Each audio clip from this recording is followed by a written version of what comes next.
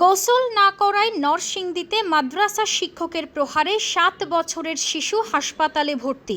ভেলানগর জেলখানার মোড়ে অবস্থিত মাদ্রাসাতুল আবরার এরাবিয়া মাদ্রাসায় শিক্ষক নাজমুল ইসলামের বিরুদ্ধে ৭ বছর বয়সী শিশু মুজাহিদকে নির্মমভাবে মারধরের অভিযোগ উঠেছে। সকালবেলা বলছে বলে গোসল করার জন্য হুজুরে, ও বলে গোসল করে নাই, এর জন্য ওরে ব্যাট দিয়ে এমনভাবে মারছে, সারা শরীর ওরে মাইরা এমন অবস্থা বানাইছে, ও অজ্ঞান হয়ে গেছে। তারপরে ওরে নাকি বলে মারছে।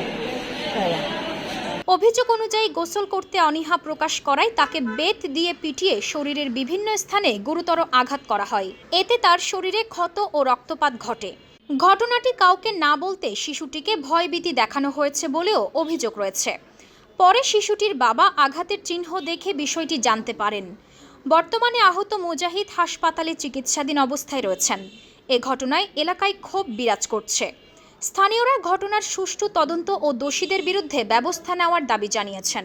ওর বাবা আর কি গেছিল প্রতি সপ্তাহে, দিয়ে দিচ্ছে একবারে যায়, তো প্রতি সপ্তাহের মতো গেছে আর কি দেখতে, তারপরে মজা টজা নিয়ে গেছিল। পরে যাইয়া ওরে বলছে আসতে, উপরতে নিয়ে আসছে, তারপরে ও দেখতেছে কান্না করতেছে, কিন্তু বলে নাই ওর যে মারছি। পরে কান্না করার পরে ও বলছে বাবা শুনছে, তারপরে ও বলে না। পরে ওর বাবার জানি কেমন একটা সন্দেহ হয়েছে, ও পাঞ্জাবি উঠতেছে, উঠায় দেখে মায়ের ডাক।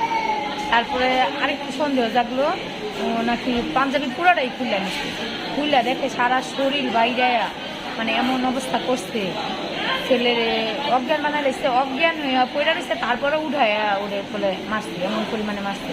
তখন আমার ছেলে সারা রাত বমি করছে, এমন জ্বর, ওরে তো বিছানাতে উঠানের মতো অবস্থা, এমন অবস্থা।